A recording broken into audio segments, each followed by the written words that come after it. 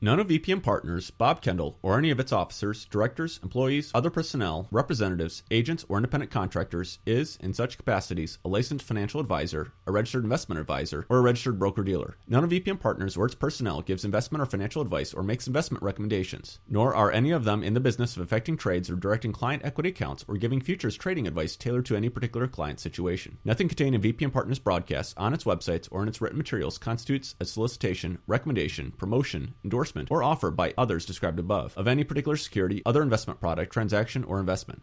Copyright 2014 VPM Partners. All rights reserved. Terms of use apply. Reproduction, adaptation, distribution, public display, exhibition for profit, or storage in any electronic storage media in whole or in part is prohibited under penalty of law.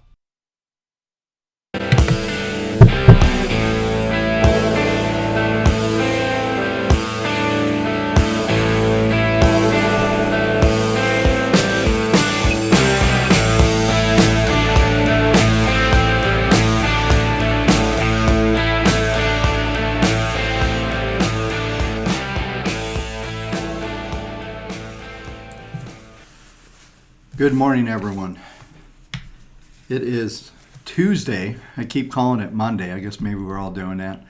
Yep. Long weekend. Last Friday was an interesting session. We Say saw, the least, yeah. we saw that a big reversal. Thursday was all up, Friday all down. Really, no, I guess, real excuse. I guess everything's blamed on crude oil right now, and the markets are trading back and forth with crude oil. Last evening, when the GDP came out of China, which we're now, I was telling Mitch pre-show that the activity was almost like a GDP release here in the U.S. It was amazing, the amount of activity, liquidity in the futures, and everything that's going on, and it traded just like it usually does. It came out worse than expected. I think it was 6.8, was expected 6.9. All of their industrial production, every number that came out missed. The funny thing is, somebody made a comment. I was watching Bloomberg when it came out, and he said, it's amazing. They're the only government in the world that say it's going to be 6.9, and it's 6.9. So everyone else, the numbers maybe are a little bogus. And I still think they're closer, somewhere between 2 and 4, and the thing's imploding. A couple of numbers I want to talk to you about. We'll stay in China for just a minute. But China is spending $100 to $150 billion per month supporting their markets, the stock markets, and their equity markets, or not the equity markets, but the mortgage markets and the shadow banking, and it goes on and on. And the whole premise for the rally last night was, okay, it's weaker, bad news is good news. We know that story. So now they're going to do stimulus, or actually they're hoping for stimulus. So everybody bought on a hope of stimulus. That's now a strategy. And so it's interesting to watch how the markets responded. Our futures last night traded down and then just shot straight up. They were up about 1.5%, maybe 1.6% overnight when this was happening. It was kind of interesting. And those of you that follow us on Twitter, if you don't, you can go to Twitter/VPM Connect and follow us. But I had some tweets right at the open this morning. I said, look for some heavy selling, and they did sell it down, almost took it negative, and it didn't quite make it there. But it had everything to do with crude oil. Crude oil was down 2.5% for a while. I think it's down a little bit over 1% right now. But the point of all this is that the markets are very oversold. We saw that huge hit, traded all the way down, actually made a new low under August, which is pretty significant. We'll talk about that when I get into the technicals. But this is the evidence. I was talking to a couple of advisors on Friday, and said, do you really think crude oil is having this big effect? That's what it's all about. And I really think there's something else going on, and I think it's about some of the high yield issues and other liquidity issues that are showing up on the corporate side of the balance sheet, and with rates at least perceived to go higher, even though our treasuries traded all the way down to 206, 204 again. The point is that there's some liquidity issues. And there's a lot of things going on, actually. There's layoffs starting to happen in the unicorn space. I forget the number now, but there's like 85 companies that are $1 billion or more that are that are not listed, that are private, sort of like a non-traded REIT. I always say they're not traded for a reason because you don't want to see really what's going on behind the scenes. And in this case, with the unicorns, they're seeing a lot of layoffs and a lot of things going on there, and some of these valuations are coming into question. And I found out something in researching these things over the weekend is that there are lots of major mutual funds that have put money in these things and illiquid assets. So guess what? If they start to get concerned, they've got a block of money. I'm going to find out who it is that owns these and what funds that have made some of them some significant investments in some of these companies, like the Ubers and the Airbnbs that mentioned a couple. Those are, I think Airbnb's valued at $20 billion and Uber at 51. They don't own anything. They have an app and a couple servers. It's pretty amazing. A lot of margin in that business, So so there's a lot going on there. And once again, we find the stock market the only liquid asset out there.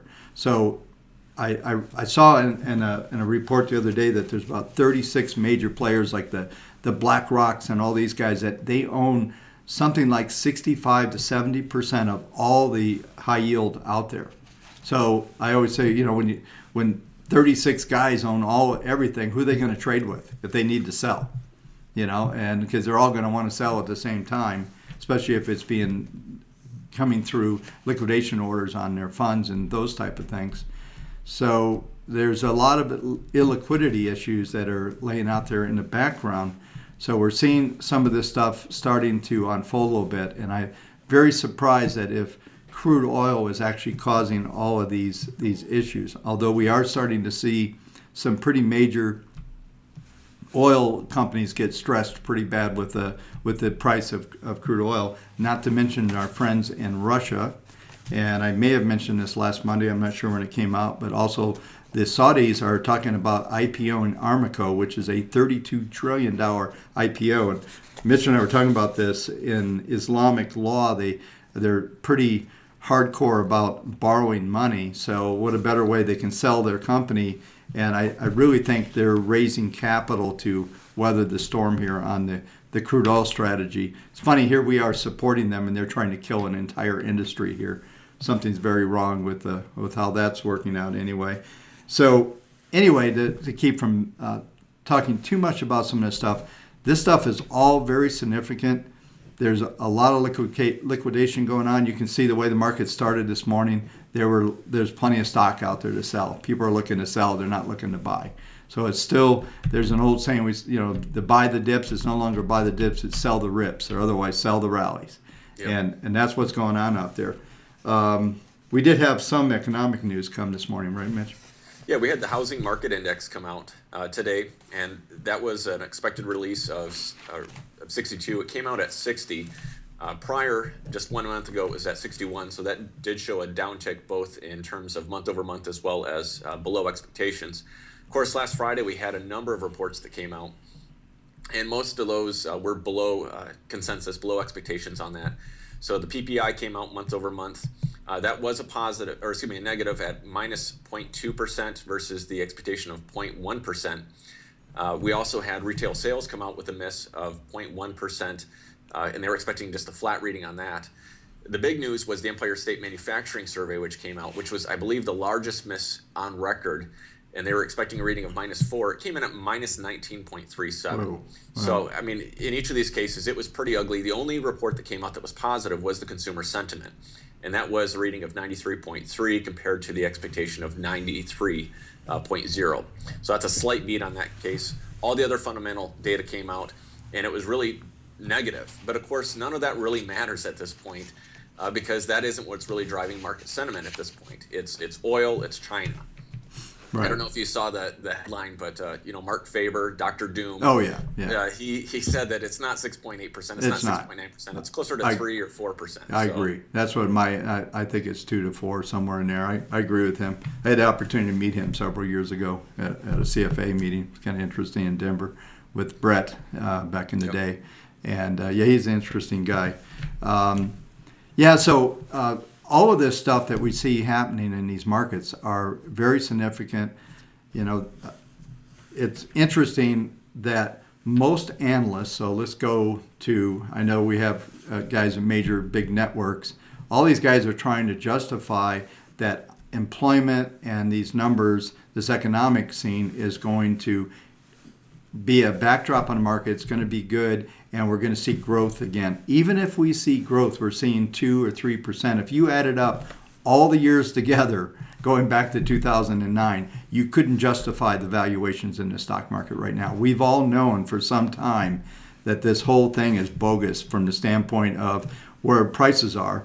The Fed's QE program did a lot more to get stock prices up than the actual economics of things. We did see a pretty big efficiency build in the early years, 2009, 10, maybe into 12, and now we're back to seeing all of those benefits are starting to fade, and we're starting to see lots of people laying off people. I noticed, I can't think of the names right now, but there were several companies that were laying off 2 and 3 and 5,000 people. And probably the most significant, we talk in our industry about the robo-advisors. Well, robots are scheduled by 2020 to eliminate 5 million jobs. So you got to find 5 million jobs for those people if that's the case, and that really happens. It's going to get even more interesting as we go forward as the new economy starts to unfold, which is a technology-based environment. Right. So anything else out there, Mitch, that you had? Well, just in line with that, of course, Walmart came out last week announcing that they were going to be closing over 260, I think it was 269 stores across the country. All right. So that's a huge impact, and I think this goes right in line with what we saw during the holiday season. Black Friday, of course, notoriously the largest shopping day of the year, and that was below expectations because everybody went to the Cyber Monday, the approach of buying things online. So they had the same issue in the UK. They missed big time. They were flat for the month. They didn't show any growth at all year over year, or even, I think they were even negative from the November sales number. So, so what we have here, folks, is really a consumption kind of recession where nobody's buying anything. It was funny because I did see, I think in the reports, it was like books, I don't know what, music and something else, nothing that was significant. So, you're likely to see durable goods, all kinds of things that, as we look out forward, seeing those continue to contract. But, do not fear cash. An old user of VPM a long time ago said, I don't care if you don't do the buys, don't ignore the sells. So hopefully they haven't done that. Maybe we'll get an opportunity. I was talking in commentary. We'll go ahead and move on here to the technical side of things here. As we look at what's unfolding in these markets, we're continuing to see all of these elements that we're talking about in the beginning of the show here today starting to unfold on these markets. And this is a much different decline. We saw right here on the screen, you can see there were 5 trading days, actually 4 days. We went from 2,100 down to 1,860. And then we saw it stabilize. This one's been a much different scenario. I talked about this last week. In the decline in August, we actually had a liquidity crisis going on. You saw, on that Monday morning, you saw the Dow Jones open 1,000. You saw some of these, like the big ETFs that were supposed to be so liquid weren't so liquid, and you saw these spikes, and they're on the charts that when you look at them, those are real prices. It's not a bad print, and so there was a lot of illiquidity that showed up in the markets from the standpoint of there just wasn't any bids. And so in this case, though, we've seen great two-sided trading, and that's been significant from the standpoint of, authenticating this decline versus the other one. And you can see over here on the chart, you can see this 10-period moving average is almost like a 45-degree line. It's down at 0.64. It's improved a little bit, but that's going to continue to be a major resistance point. You're looking at around 1940, I think 60 today, 43 tomorrow, and it's going to be 23 by the time we get to Thursday and Friday. This moving average is going to come down in, which is going to be a strong resistance point. So regardless of whether this was the bottom of the decline, whether we spiked out, and I talked to you about last week, is the 1850 level being substantial support yet. We traded 1858 and change. I think it's 1858.60 something. And the market bounced off of there, and now we've traded just above what today's high has been, 1901.44. So we're just, there's a lot of, as I mentioned in our pre-comments here before the technical part of the show, there's a lot of resistance overhead. If we do manage to stabilize down here around this 1880, maybe 1850 to 1880 level, and we could see the market move up to around 1940. The extreme would be around 1970, 78, and that would be a huge rally. It would be your probably last opportunity to square up some positions and to exit and maybe get to cash if you have a need to do that. There are times when some circumstances will drive where you can't do things because of taxes and other things, but for the most part, you're better off doing the sells as they come in. And it's been a while. Mitch will go through the database here shortly, and we continue to see liquidation. We're down around 13% long and out of 18,600 or something. Isn't that the number, Mitch? Like that's 18, the number. 18.6. So we've got a lot of symbols. We don't own very many of them. I think we're completely out of all the sectors, and I think there's a couple groups hanging around. We'll look at those when we come up here shortly. But so if this thing continues to go sideways for at least 2 more days, we hold the lows that we made on Friday, then we could see a little bit of a rally back. Let's go ahead and take a look at the intermediate or the weekly graphs. You'll see a much different picture here. We're seeing, let me bring these on screen for you. You can see the PPMs are now, these are in a pretty drastic down situation. We're down minus 0.68 on PPM1. PPM2 is minus 0.24 and minus 0.23. This is, all of those are basically, we'll call it at trend levels down. So there's substantial resistance overhead.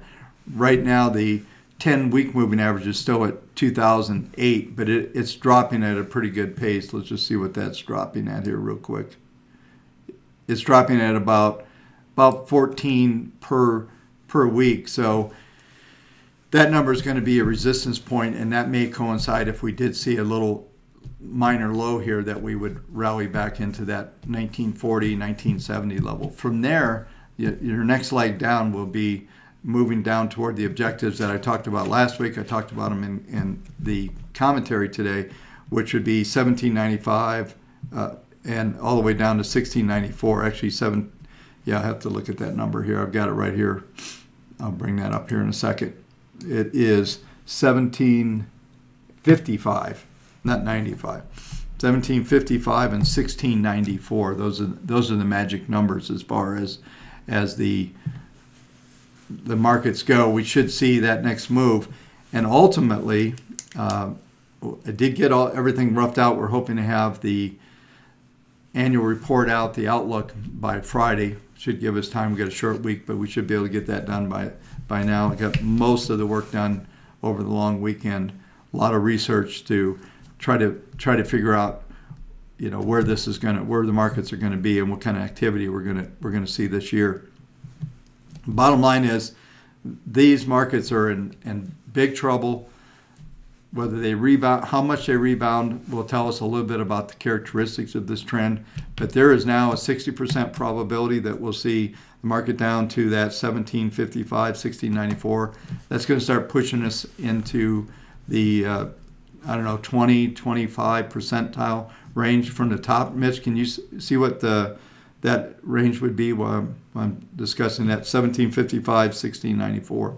But the bottom line is, this pattern that's unfolding is very negative and has long-term implications. So let's go over and take a look at the monthly and look at the secular trends. And this is really important. As I mentioned before, you're looking at this market is rolling over big time on a monthly basis.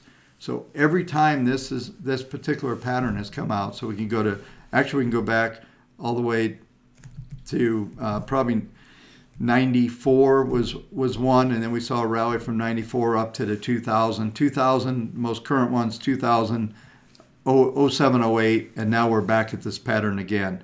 And it's the same pattern that goes over and over again, and we're likely to see a minimum move ultimately at least down to this around the 1575 level, which was the 2007 highs.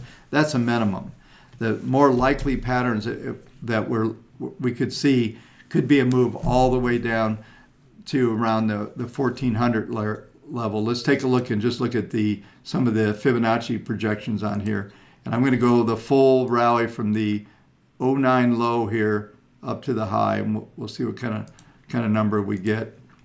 So if we get to 1755, that represents a drop of 17.79% from the highs at 2134.72. If we go all the way to 1694, that represents a 20.65% loss. And if we do go to that 1575 level you just mentioned, that's a 26% drop. Okay. Yeah, and typically what we've seen over, thanks, Mitch. Typically what we've seen over the last two patterns, we've seen 40 to 50% decline. So let's look at here, going from the full, from the full rally here, we're looking at around a 40%, I've got this inverted here, so 40% decline would actually be where the 60 number is. That's 1243. And, if we're looking down here, you're at 60% at 1217. So 50%, 1388, 40% off of that. This is the retracement of the entire value of the rally, going from 09 to last year's high at the 2100 level. So we're looking at roughly the 0.33 is 0.629, which is the objective, that a little bit below the objective just talked about, and 40 to 50%, 1532 to 1388, and a full-blown retracement 66 takes us to 1148. And there's a magical number out there that if you could actually call technicians all day long, and they all know this number, and the number's 1010. It was the low in July of 2010. And go ahead, Mitch, you got something? That takes us all the way back to 1998 or 1999, just to put that in perspective. We keep thinking about things in terms of going back to 2007, but if we do hit those lows that you just mentioned, right around the 1200, 1100 levels, it's a long time ago. It is a long time ago, and as usual, it takes years to actually get the pattern to that point, and it only takes a few months or maybe half of the time or less to get down back to where it started from. And if you look at this is actually a good point to bring this up, is that one of the things that we're really looking at is if you take QE off the table, which has been taken off, at least the perception, and I believe if they came out today and said they were going to lower rates back down and they were going to do some kind of stimulus program, you're probably going to see the markets panic, because that would be confirmation that things are bad. Yeah. And so you're just not going to see that kind of, I guess you're not going to see that. So with QE off, you got to take QE3 pretty much was 2012 into the high. So if you pull that off the table, you got to go back at least to the 2012 levels. And let's see here, that was, see if I can get some perspective here. That would be back in this range here, which would be the 1300 level. That would go back into 1350s, 1370s. And so if that's going to come off the table, we're going back there. So don't get nervous. Don't worry about some magical bounce coming out of this thing.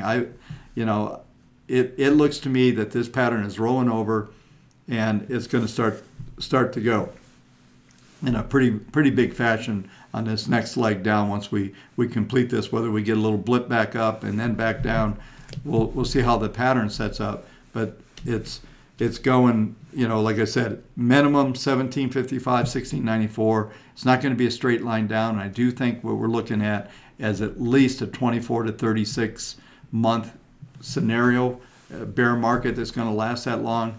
We had 7.5 years up, so we're looking at at least a year and a half min and probably two to 3 years of a bear market. And that doesn't mean it's going to be a straight line. The difference in really, if you look at 2000 to 2003, I think the comparable is that we're more in a scaling out of this markets and trying to get valuations down. This is a really good situation long term, because now we're going to get, if all these scenarios unfold, we're going to get the markets reset, so pricing will be reset. And those of you that like to look at value screens will actually be able to find value again, because you can't find value anywhere because it virtually doesn't exist. It's starting to come into play a little bit now. Value screens will probably come alive when they're updated, but in the next 2 months. But the bottom line is, it's been tough to find value when your market's at an all-time high, and momentum and growth is just way overdone. So we're looking at a situation where the markets are going to go into this elongated decline, and the key is going to be, it's good, we're out of this thing. The key is going to be just like it was in 2009, going through 8 and 9. It's how you get back in this thing that's going to really play out, and that's one of the things. I'll brag a little bit about VPM, because this process since 1986, actually 84 is when I first started the basic concepts behind this strategy, has never missed a big up or down. Has there been choppy periods? Absolutely. It doesn't matter what you do in those periods, but you're absolutely looking at this thing going down.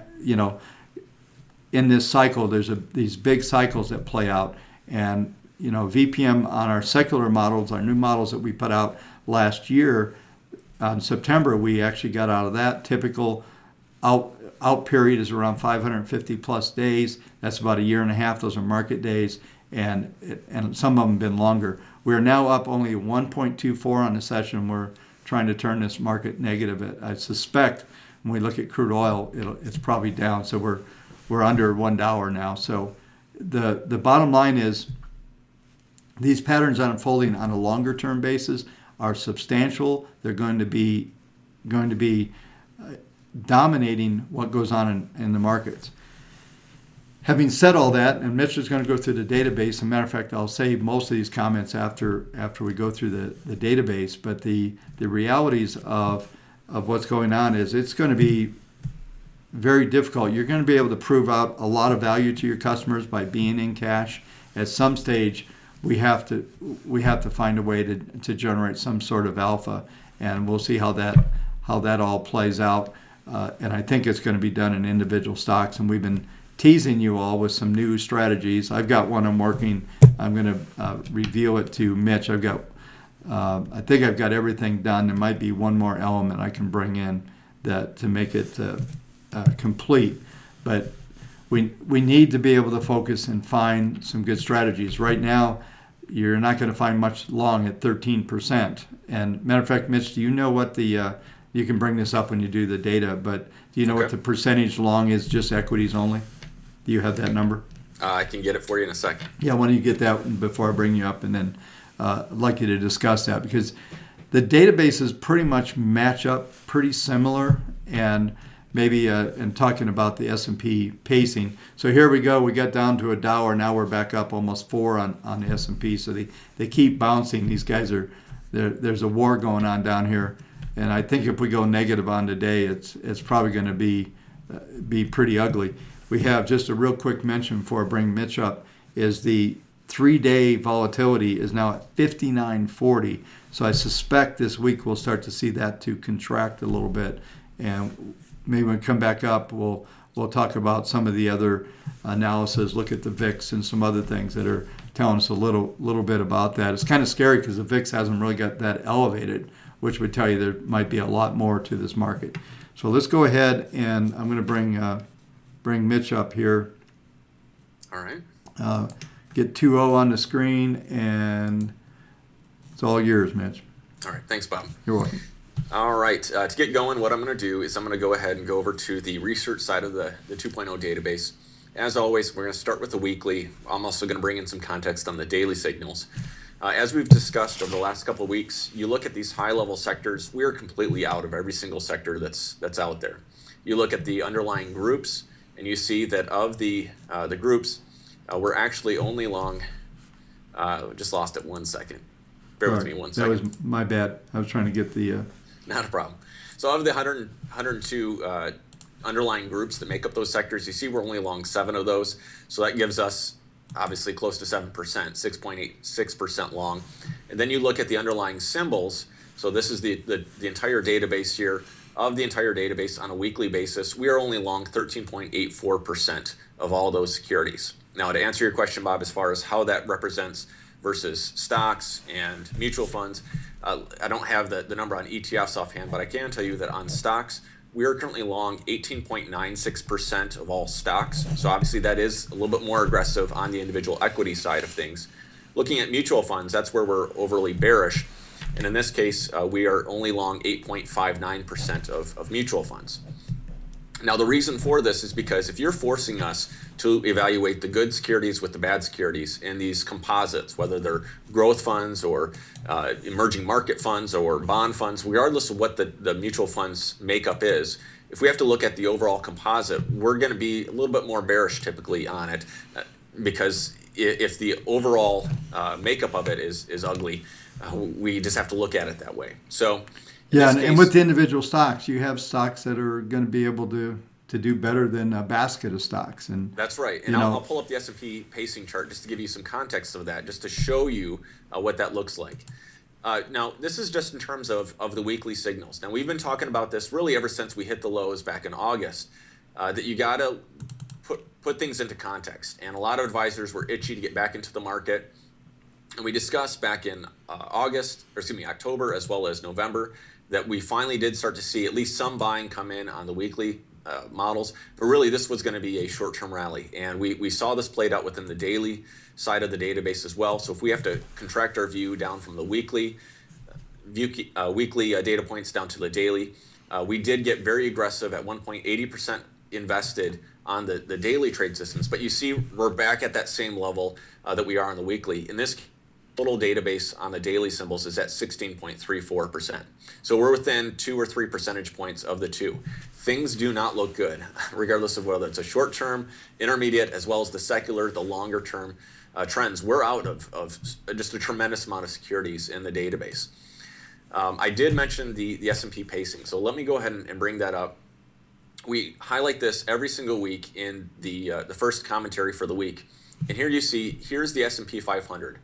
And we get questions about what this chart represents. What this is if you were to take every single member of the S&P 500 and reduce their current year-to-date performance and then put it out into a bell curve, you see that it does tend to typically consolidate, get the highest point of the bell curve, typically right at the average. But because the S&P 500 isn't equally weighted, it's actually, they have their own rules on how this is constructed. It doesn't always form right at that at the average point. In this case, you see that 53.8% of the constituents of the S&P 500 actually are doing a little bit better than the overall average.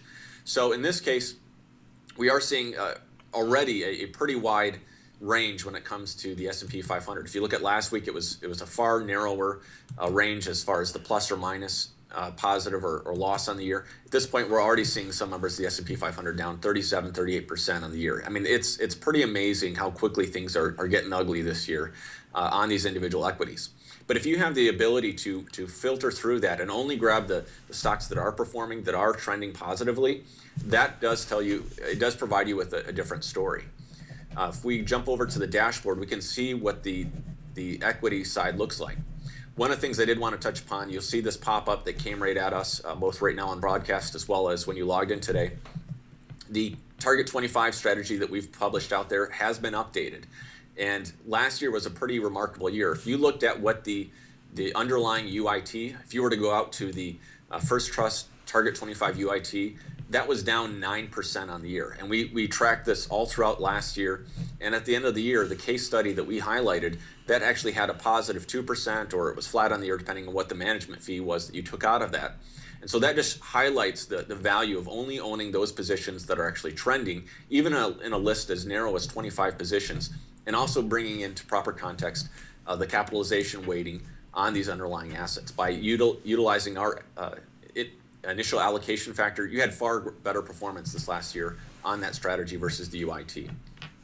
Getting back on point with the sector exposure here, you can see that this week was a really ugly week when it comes to the individual equities. At worst, we had utilities. We sold off roughly 7.5% of all utilities positions. Now today that actually did open up pretty nicely higher. I think they were the best performing sector this morning, at least at open. So those of you, if you had any utilities stocks in your portfolios, hopefully you got some pretty good pricing on that if you are still invested in that. Now, again, to bring things into perspective, you see this range on this chart only goes up to 40%.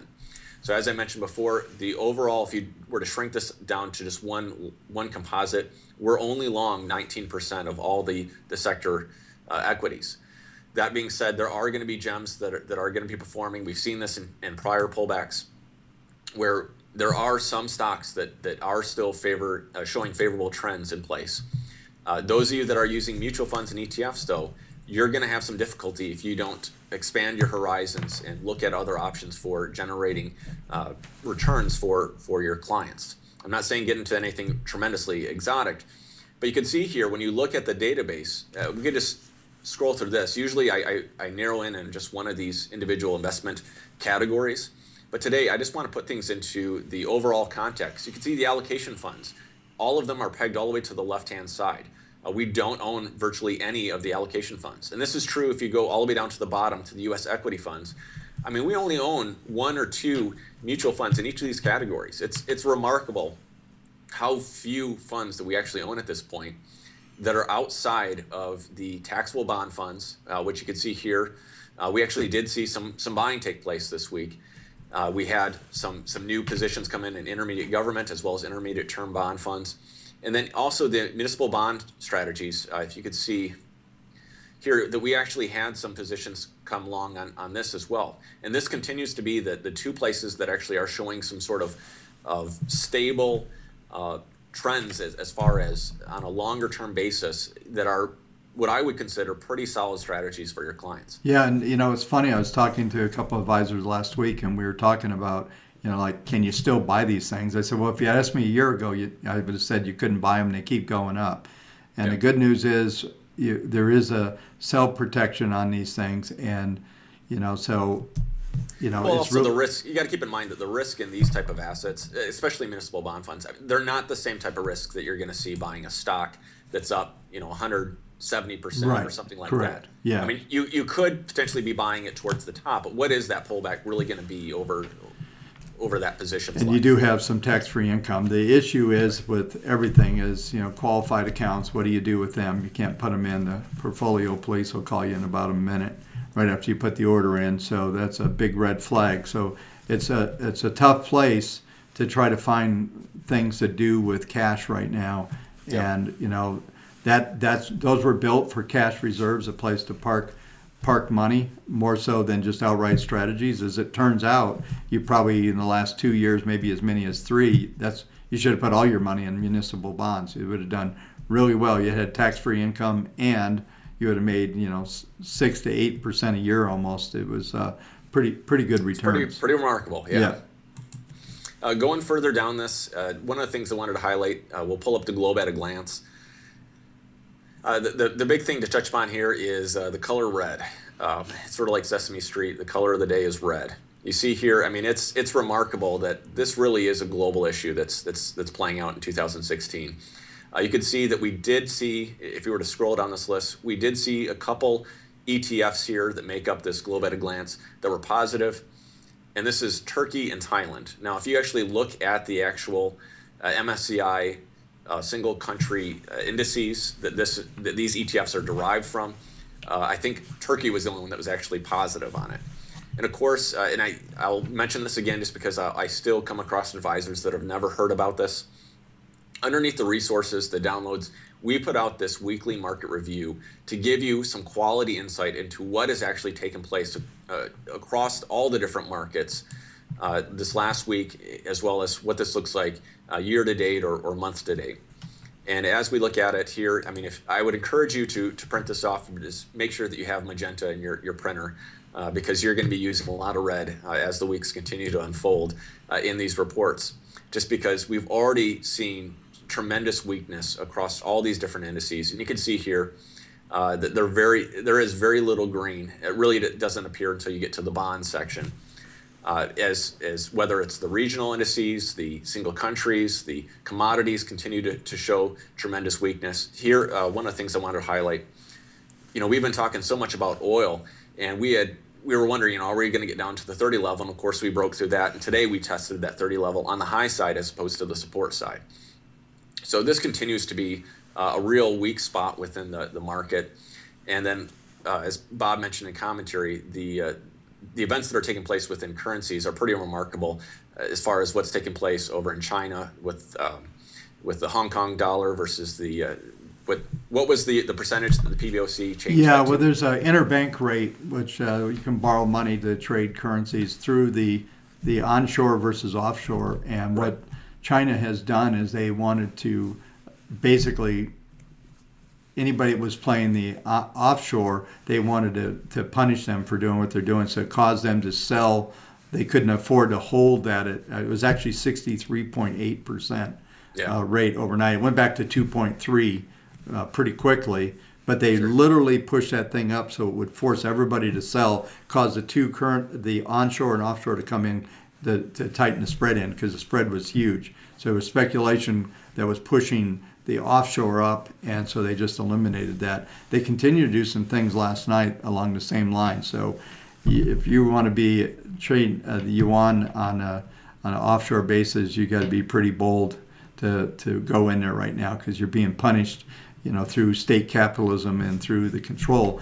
And it's interesting because the SDRs, which is when they got into the reserve currency mode, the SDR market, this is the first time ever that there has been state control over a currency that's supposed to be free floating. So it's not free floating, even though they got the SDR focus. And it's interesting because everything you look at from the viewpoint of what China's doing, they haven't done a really good job at controlling risk in the markets. The stock market, they're once again demonstrating some extreme activities in the currency. And, this is one of the things kind of a spoiler alert in the commentary or in the outlook, is I think that the yuan is going to go to between 7 to 7.5 somewhere, which is pretty big. We're at 650 right now. So we're looking at 15-20% plus type of decline in the currency. And that's just going to keep more pressure on all of their trading partners, and everybody's going on. And there's some rumors that they're talking about eliminating U.S. dollar and putting a new basket of just their trading partners there in the Pacific area. So there's some new baskets being, I guess there's just a new change going on in the SDR market. So not to get too technical, but anyway, those are things that are actually that's happened, in the last week that has really affected market sentiment and how the markets are trading. All right. That's pretty much the bulk of what I wanted to cover today. I guess at this point I could go ahead and turn it over back to you, Bob, and we can dig through the rest of the technicals on this. Okay. Yeah, so get the mouse back here. Yeah, so a couple things while Mitch was talking, I was kind of looking around, see what we can do. We're continuing to bounce around. Got down to almost on change on the S&P and back up 451 right now. I've got the long-term charts up here, and we're really there's really not a lot going on from the standpoint of what to expect as far as the market movement for the day. It looks to me, I just make a comment, one of the things I said we'd take a look at, we'll go over and look at that right now here real quick. Let me make this full screen. So we're seeing the VIX is actually down today just a little bit, 0.70. We're at 2632. Back in August, this thing, you can see the spike over here. I'll have to squint at the screen here a little bit. We got to 53.29. So we're trading at the same prices that we were at before, but we're not seeing the kind of bump in the VIX that we're seeing.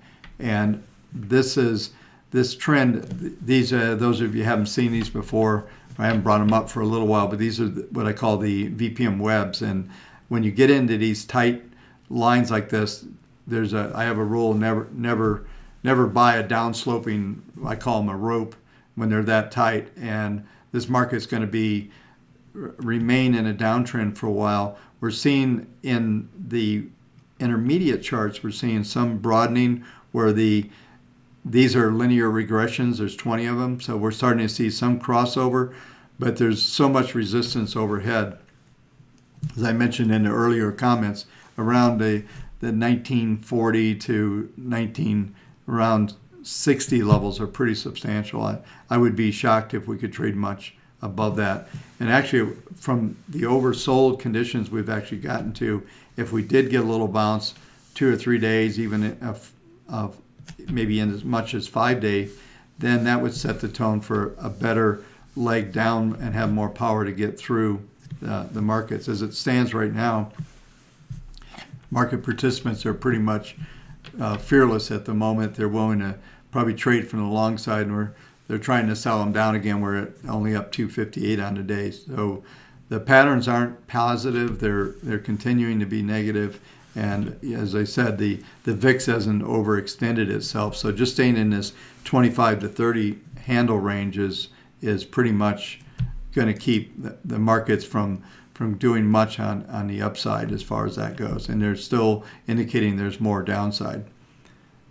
The other thing that you can see when I was talking about earlier, overnight we printed as high as 1910, which would have suggested we would have come in at probably about 2 a.m. New York time, that we would come in at around 1917. As we mentioned earlier, the highs right now are just over 1900. So we were 17 handles even higher from our best levels that we got to today. So we're continuing to just see this. You can see on this hourly graph, everything's reversing down.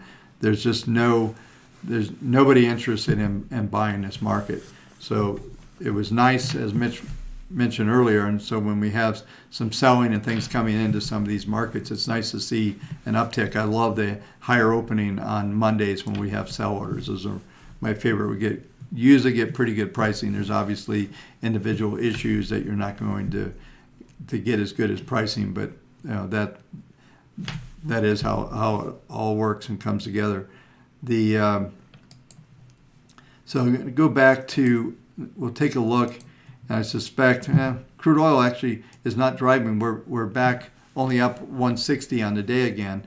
Crude oil is at 29.01. We actually traded down to 28.61. Friday's low was 28.23, I believe. Let me just double check that. Yeah, 29.13. So we did make a new low today. So I thought we had been down a little bit lower on Friday. Anyway, this market's in trouble. As we know, the Iran deal went through. Iran is supposedly already out there trying to sell 500,000 barrels a day that they have in reserves.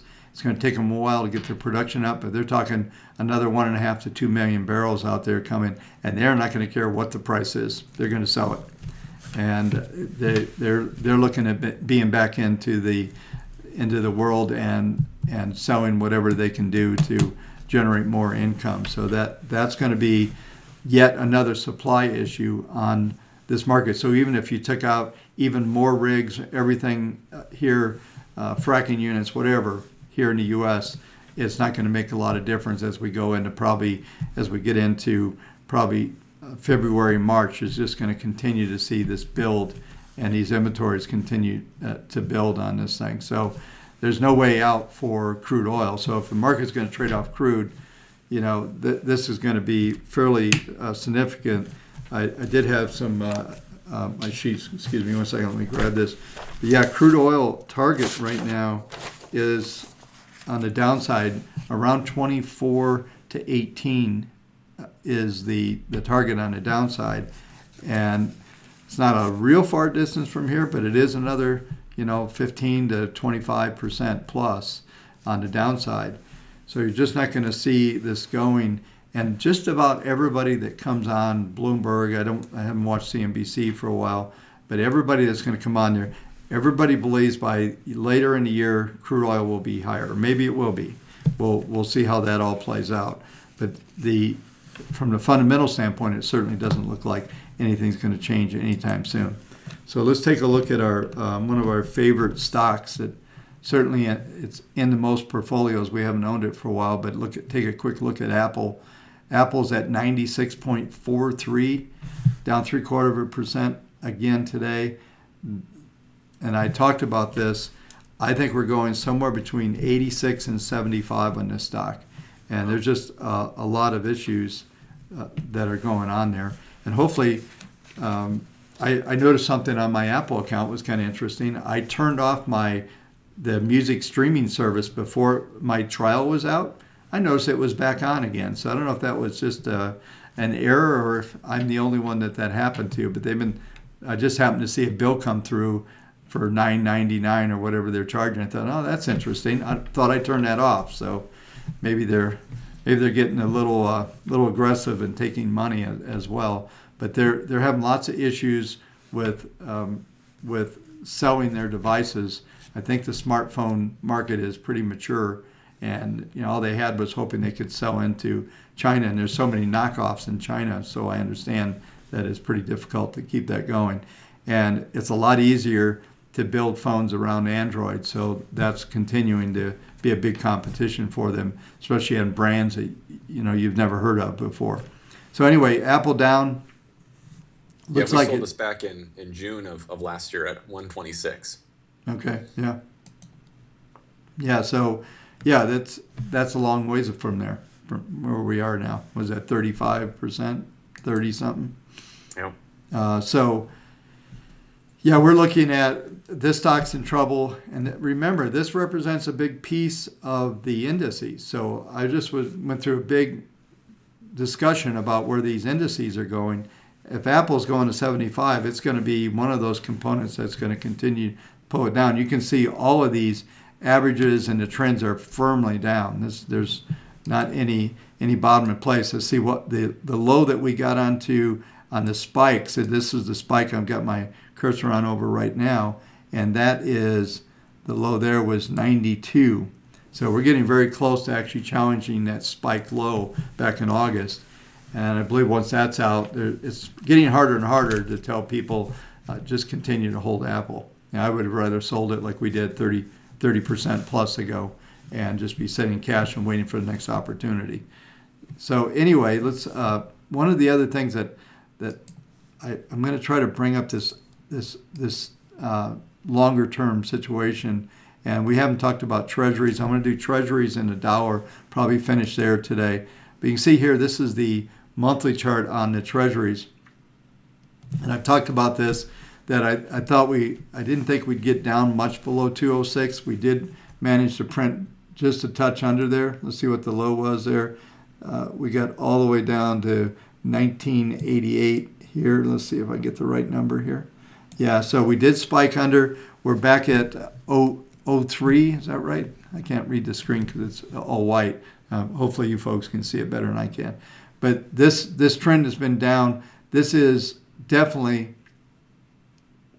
I still believe this is a bottoming pattern, which suggests that we will see higher yields, and this will set up the pattern. I'm going to go back over to the other screen. It's a lot easier to read here, and let's take a look at the Dow, and this be a lot easier to look at. The Dow was stronger this morning, and this pattern, I've talked about it. This is the daily. Let me go over to the intermediate chart here. And this pattern continues to kind of climb the wall of worry. It's climbing this 10-period moving average. It's pretty flat right now. We still have good support.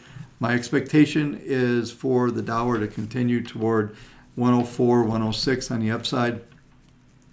That happens, that's going to put more pressure on the yuan and all these other currencies for them to be lower. And the yuan is going to be, with the Chinese currency, is going to be the big element to watch really, really close. that's going to be significant, I believe. It's interesting. Remember the Swiss franc? We saw that big spike last year when they did a big. They changed all the elements there. Well, the Swiss is probably the biggest story. I'll have to talk about this maybe next week, depending if there's not other things going on. But the Swiss story is very interesting. You can go all the way out to 10 years now, and you're negative territory on the 10-year. They've completely inverted their yield curve, and they're trying to turn the country around by these negative yields, and it's not working anywhere they've tried it. And it's going to be really interesting. Thursday this week, while I'm on this, is the ECB, the European Central Bank, does have a meeting. I think it's Thursday morning prior to the open, and everybody's expecting them to do more stimulus, surprise. And even though the stimulus they've done has done nothing, and it's pushed some yields into negative territory, but it hasn't really stimulated anything in Europe to speak of. I believe Portugal and Italy have done better, and Spain is doing a lot better. The peripheral is doing better, which is where most of the stimulus is going. But when you look at Germany and France, they're just still kind of really struggling to keep things going. And I think, let's see if this chart works here on this. The Japanese yen has continued to start to move higher, and they need that to go on. And I want to make a comment. We were talking about how Chinese have done a bad job of managing their economy. There's nobody worse than Japan, and they've been fighting this thing for almost 30 years now.